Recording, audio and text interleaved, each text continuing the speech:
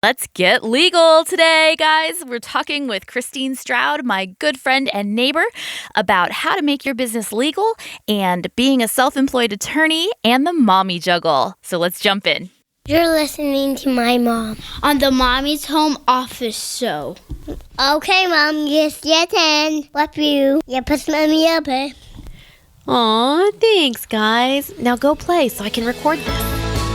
Welcome to the Mommy's Home Office Podcast, where I pull back the curtains and talk about the realities of starting and running a successful online business from home. I'm your host, Nicole Wynn. Let's do this.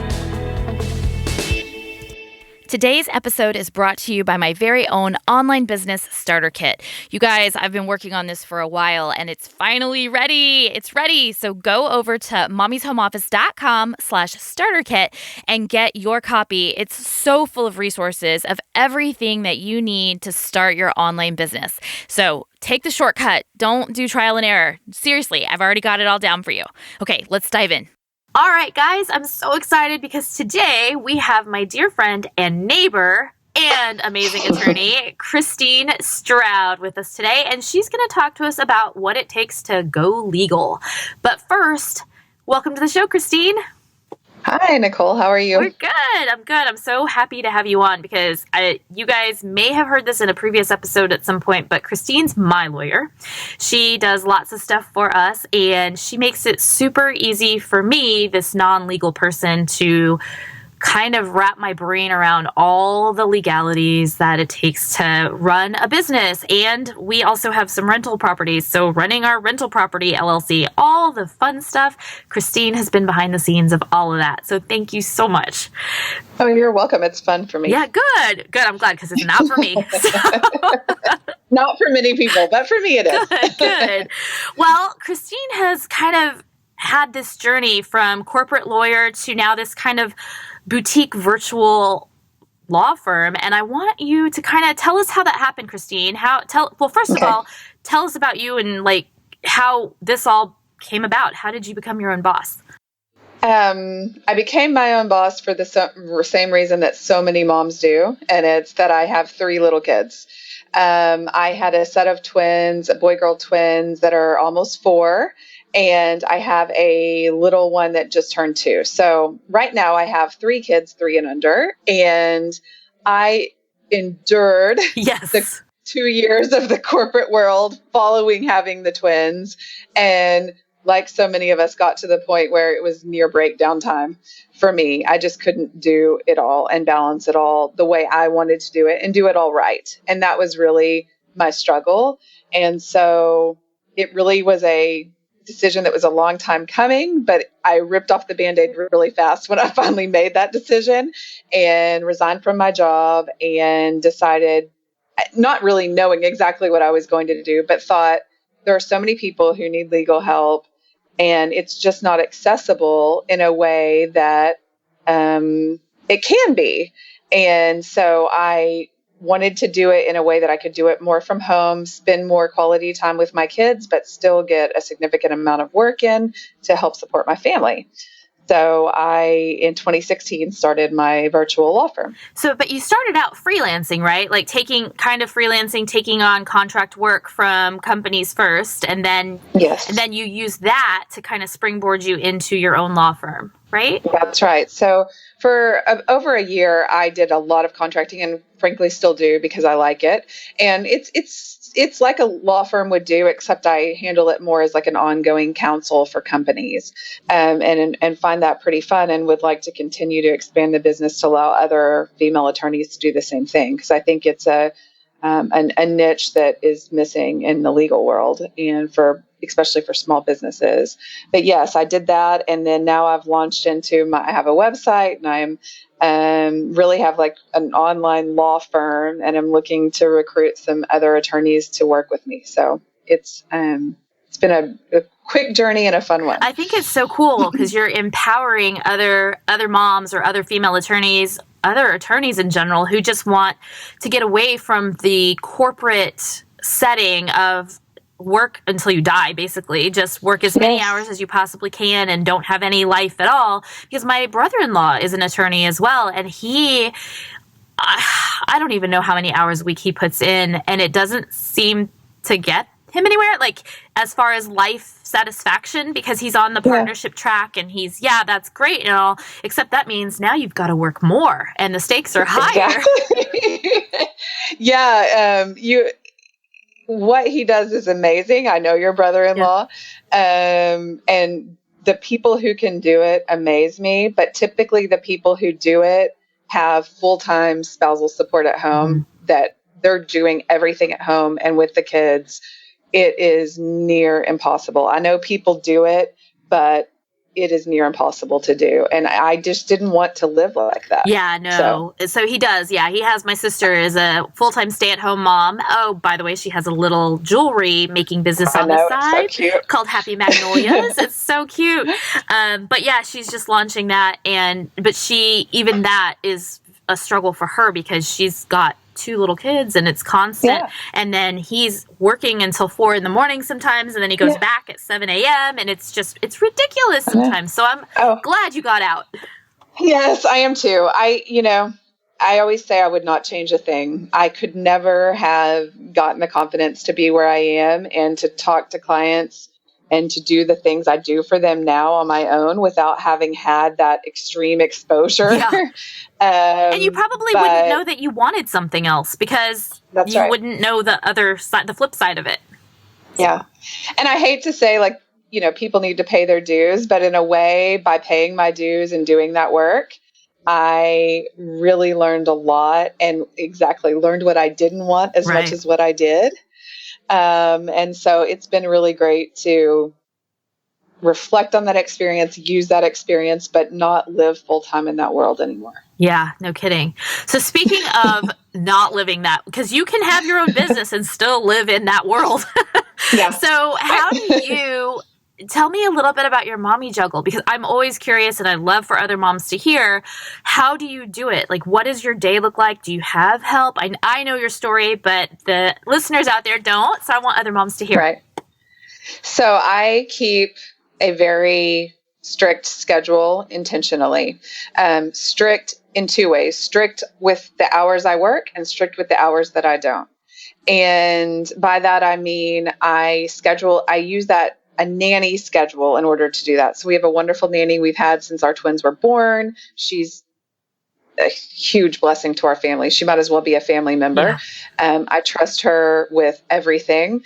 My kids adore her, and she has a set schedule. It's somewhere between 40 and 45 hours a week. That allows me, and I don't work all the hours that she's here. So I tend to work about 30 to 35 hours a week. Sometimes I do more. There's always a big project or things, but generally 30 to 35 hours a week. I spend 5 to 10 hours of the time that she's here doing things that I need to do around the house. I don't know if you've ever tried to clean out a closet or run errands with 3 kids, but it's not fun. And it doesn't happen. And it gets half-assed. So. And I will tell you, when I sat at my desk and was so sad and was ready to leave and just the things I dreamed of were picking my kids up from school, running errands that weren't on Saturday when the lines had 50 people in them in front of me, just simple things that have improved my quality of life remarkably. And sometimes I exchange a few hours that she's here that I could be billing hours and working, and do those hours in the evening so that I can have the peace of mind of not having to be out and about when everything's so stressful and everyone's trying to get everything done on Saturday or Sunday. That is such a big thing, because I feel that our weekends, we have more family time and less errands and stress, because during the week I get all the groceries, I get all the errands run, and it makes us the time that we have when my husband is here from Friday evening until Sunday. There's a couple of things that we've got to do and chores around the house and stuff, but everything else is done. We have food, we have hopefully clean laundry. The house has been cleaned because since I broke my foot, I have had housekeeping every single week. That's so awesome. And I honestly don't think I'm ever going to get rid of it as long as I mean, that is one of the things. And it's expensive when you first bite off off, like having somebody clean your house, you're like, oh my God, that's so expensive. But for me, when I think of the day and the not being satisfied with my house being dirty all the time, because I can clean it every day, but it's never going to be clean the way these ladies clean it. And it's honestly, they're so sweet. They've been cleaning my house for over almost 3 years now, and I love them. And I'm able to support 2 moms that come in and clean my house, something I hate doing. Yes. Something I hate doing. And I'm able to give them money for their family, and it makes me happy. Yeah. And in turn, I can spend, instead of all day Friday cleaning my house, I'm recording a podcast today with Christine. Exactly. I got to go to my parent-teacher day with the kids, and I have field day this afternoon. So it's like, why would I want to clean my house anymore? So. For me, when we started getting housekeeping, it's been years ago now, when I started practicing, I was in the law firm. Part of it was we were never home and I needed help. Yeah. But the other part was just this, it's a risk and benefit analysis. And quite frankly, I can take an hour. I can quantify my hours so easily, more than almost anyone, and go, why in the world would I not work an hour and let someone have a good job? Yes. And it's amazing to me. I love the ladies that clean our house too. I wish I had it every week. I don't. But yeah, I think for me, it was never about not working. It was about working smarter. It was about quality time, especially on the weekends. And I'm with you. Like, our lives have changed dramatically since we're not running 90 miles an hour all weekend trying to get everything done that we can't get done during the week because we're chained to a desk. Yes. And that has been so wonderful. I went from thinking maybe I don't want to be a lawyer anymore. I can't do this. I'm so stressed out. To realizing I not only love being a lawyer, I just don't really like being told I have to be sitting at a desk from 8 to 5, which turned into 7 to 7, Yes. So it's been a great journey. I also want to ask you one other thing, because you are also married to an entrepreneur as well. He has David is her husband, and he has his own therapy practice, marriage and family, right?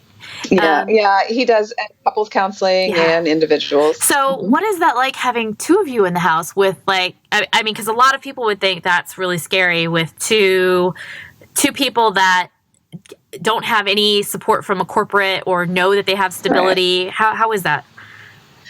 I tell people all the time, it is stressful, and you're right to think it's scary, because it is. There's a lot of issues that come with that, like health insurance and dealing with, no guaranteed paychecks. Like, we can actually make more money, but we have to spend a lot of time on the admin side and, developing relationships where we get paid by the people that we work for or work with. And so, yes, it's scary.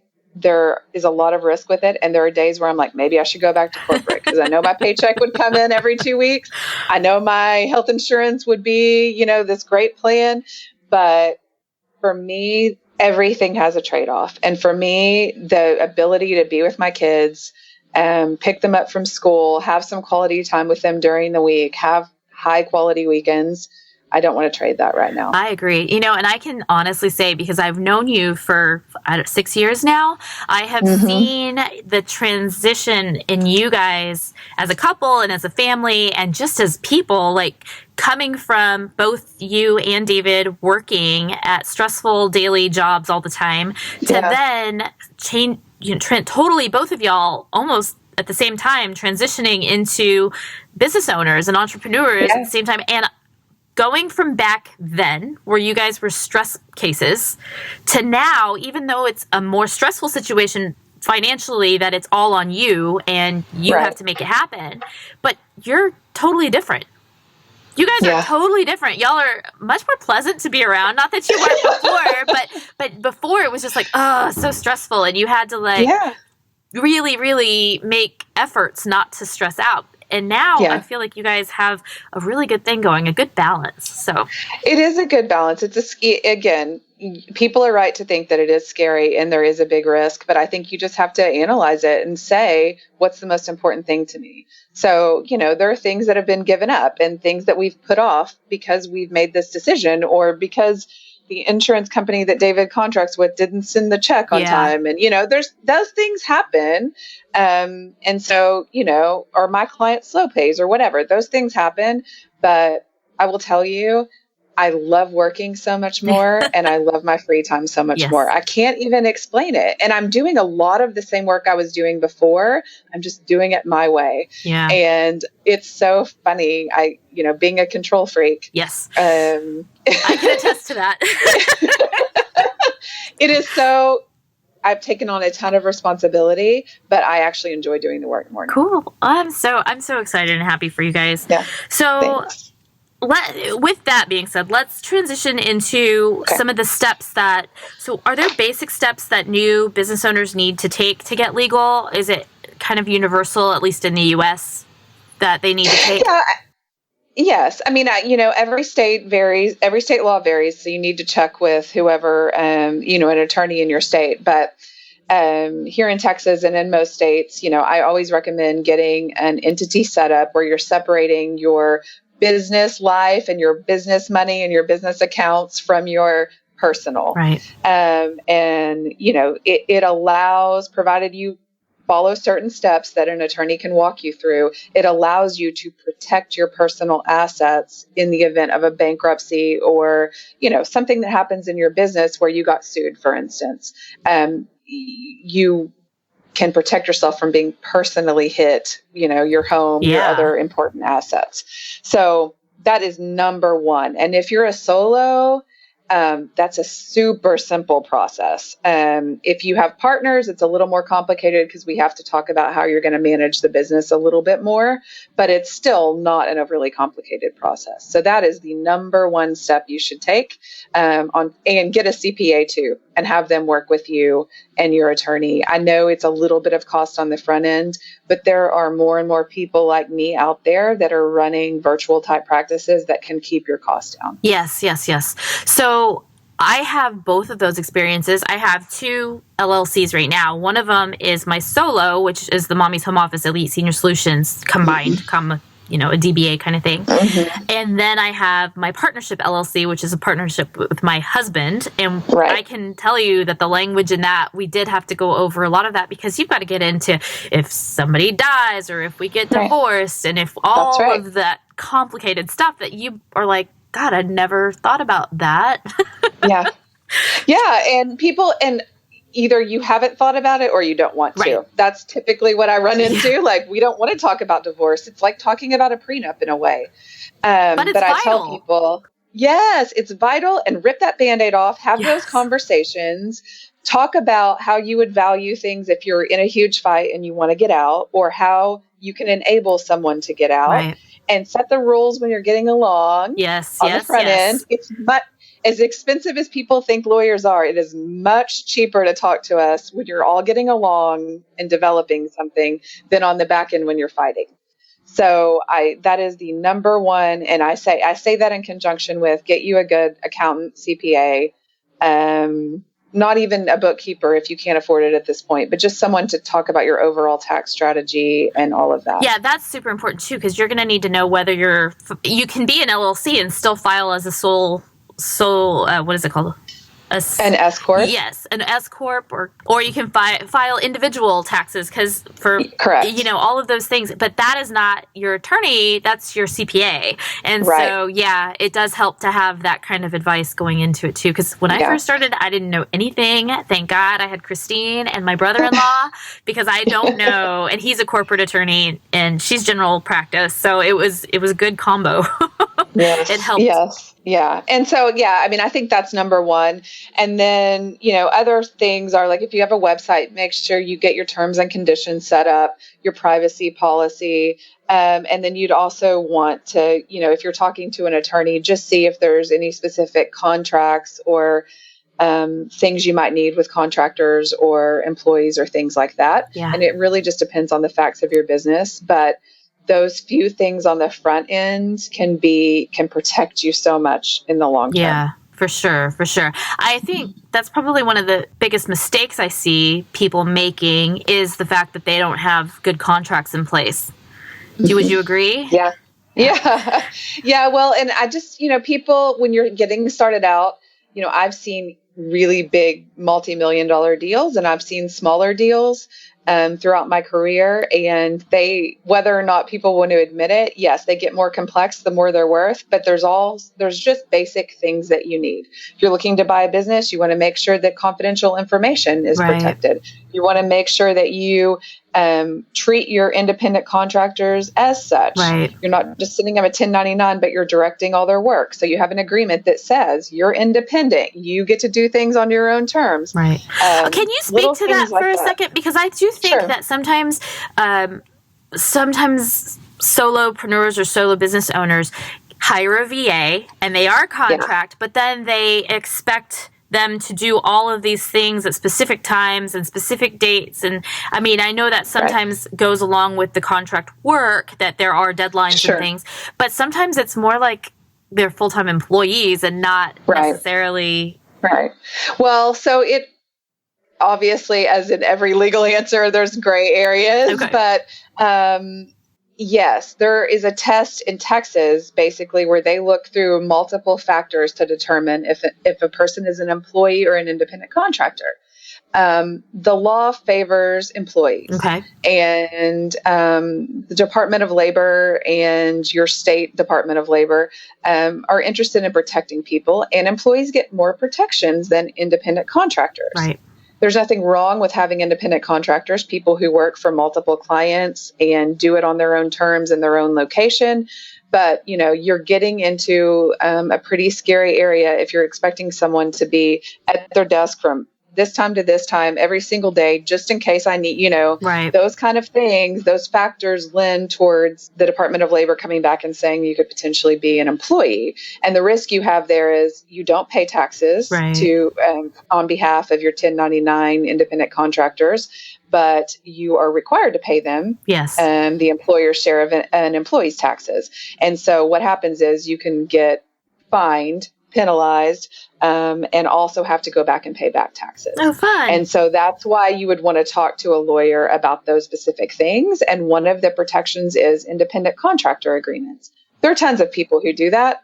And there are tons of people who do independent contractor agreements. I have them with some of my clients. Well, I do too. And yeah. And it's fine. You just need to be careful as a business owner to make sure you're classifying people the appropriate way. And that you're treating them in the appropriate way as well. Exactly. Okay. That's where I see more on the other side, where they want 1099 employees, or 1099 contractors, but they really want an employee that's going to be there from 9 to 5 and that kind of thing. Okay, that's why I just wanted to get a little clarity on that. I'm actually writing an article about that right now, so I'll have that up on my website at some point. That's good. Well, is there anything that we as beginner business owners or seasoned business owners should be really careful about and make sure that we have in place? We've got our entity set up. We have good contracts set up. Is there anything else that you could think of? I think you protect your website. Oh, yes. With terms and conditions and privacy policies. And especially now with the GDPR that's everywhere. My goodness, I can't blink without seeing If you haven't gotten 100 emails this week, then you're working with some companies that aren't paying attention, because I can't imagine. It's crazy. Geez, that's all I'm seeing right now. Everywhere is GDPR. And if you don't know what that is, oh my gosh, you've been under a rock. But it is the EU has these new privacy laws, basically, and it's just to protect against fake news and selling your information and all that kind of stuff. But it's a big deal right now. So I think everybody needs to take a look at their terms and conditions and their privacy policies and all of the other things that especially if you deal with an international client base. Yes. And even if you don't think you do, like I don't market or target anybody in the EU, but that doesn't mean they're not finding me and signing up for things that I have. So I'm being proactive. I think today's the deadline. That's why. I think it's today. Today is the deadline to have those changes. I'm sure if you don't have them right this minute, you can do it this week and get it done. Just get it done. Just get it done as quickly as you can. And it's a very minimal change. It's just by making sure that they're opting in for the right wording. So anyway. And the only other thing I can say is just make sure in your specific state, if you have If you're selling certain things, you make sure you have appropriate permits through your state for like sales and use tax and items like that. So, and again, that's where having a CPA and an attorney on the front end are very helpful. And I try with my clients and try to find a lawyer who you can kind of say, I need you to give me a punch list of how I get this started. Yeah, that's actually really good. And that way, it's going to be specific to your state. Mm-hmm. And so ask someone, can you kind of give me a 10-step process of what I need to do, who I need to contact, and what the priorities are here? Because there are just little things you have to get done that you're not thinking about. Oh, you're not thinking about. And if your attorney doesn't say specifically to file your business with the county or file your business with the state or do that kind of thing, you're not going to think about it. You're not going to do it. Or, hey, by the way, you've got to file franchise taxes. Yep. And that's going to happen. Well, so... Yes. And I think a lot of attorneys have done it for so long or worked for big, sophisticated clients that are, have complex structures with people working in tons of positions and tons of employees. And they forget the basics. Yeah. And, they make assumptions about what you know. And I have found we don't know anything. Did that in the beginning. Right. And it's not hard. And it's not because you're stupid. It's because why would you know? Yeah. It's our job to tell you. And so I say, if you're searching out an attorney and a CPA to help you, you say, I'm a small business owner and I need your help to do this. I've never done this before and I need a punch list. Yeah. And I think that helps everyone get started a lot more efficiently and quickly and correctly. Yay. Thank you so much. Because this is so I think that a lot of people think this is so overwhelming, and sometimes just the entity formation and doing this kind of thing stops people from ever starting because number one, they think it's too expensive and it's out of their reach. Yeah. It's not that expensive, you guys. No. In the grand scheme of things of starting a business, it is not that expensive. No. And number two, they just get overwhelmed by all the legal jargon and they don't understand it all. And it can really be, or maybe that causes them to stay as a sole proprietor for a longer period of time than is what they should, because there's no protection for you if you're a sole proprietor. So you can, and if anything happens, they can take your house. You don't want that. So Yeah. I mean, it's really a strategy of asset protection. It is, it's not the cheapest thing in the world, but it is not as expensive as you think. And if you ask around and find the attorneys who are dealing with this population of small businesses and entrepreneurs, if it is a simple thing, I flat fee it. So you're not even going to have to worry about, she may work 10 hours on this or whatever. Now, and I build in, if things change, here's what my rate is and here's how we'll work together. And that's what happened with us, because we had a straightforward thing that turned out not to be straightforward in the end. And that's why I put it in there, Nicole, because unfortunately a lot of times that happens. Yeah. But I still try to work with my clients, and you have a pretty good idea on the front end on the initial formation of exactly what it's going to cost and how long it's going to take. And then if little things happen, I work with people and keep people posted as frequently as they'd like about what it's going to take and what it's going to cost. Okay. So how can we find you, Christine, if everybody's out there going, oh my God, I'm in Texas and I need to start, I need to get legal. Get me legal, Christine. So how can I find you? I am at Fincher Stroud, Fincher, FincherStroudLaw.com. I have a blog on there, and you can also find me at Fincher Stroud Law on Instagram and Facebook and LinkedIn. Also, ladies and gentlemen, I don't think there's any gentlemen listening, but just in case, if you are an attorney and you are not using your wonderful legal talents and you're sitting at home and you're thinking, man, I wish I could do that, but I can't. Maybe you're doing something else, you're selling MLM, or you're doing something totally different. And you're like, man, I really would like to use my law degree. Contact Christine, get in touch with her, see what it's like. She just gave you all of her contact information. Just reach out and say, hey, how'd you do this? Or I'm in Texas. I want to help you. Okay? Yes. I mean, I would be so excited to talk to anyone about making this journey. And I think people think it's out of reach for them for whatever reason, or that they can't do it in a different and unique way, like virtually. But there's a whole universe of clients out there that people are just passing over, and you can relate to them like no one else can. Yep. And so I have really want and have a passion for talking with people, men and women, about how to have a more flexible life and children and still have your legal career. I love it. I love it all. I think it's so empowering for moms, and attorney moms especially, who feel so stuck in a system that doesn't really work for moms and families. So I'm really happy for you. I'm so glad you're bringing this to the world. Thank you. And thank you. We'll have to definitely chat again, but thanks for being on the show. All right. Thanks so much, Nicole. I really hope that you're loving this podcast as much as I am. If you are, please, please, please leave a raving review on iTunes so more moms can find us. Easiest way to get there, mommyshomeoffice.com/iTunes. And just one last thing. Mom, you've got this. Now go kick some ass.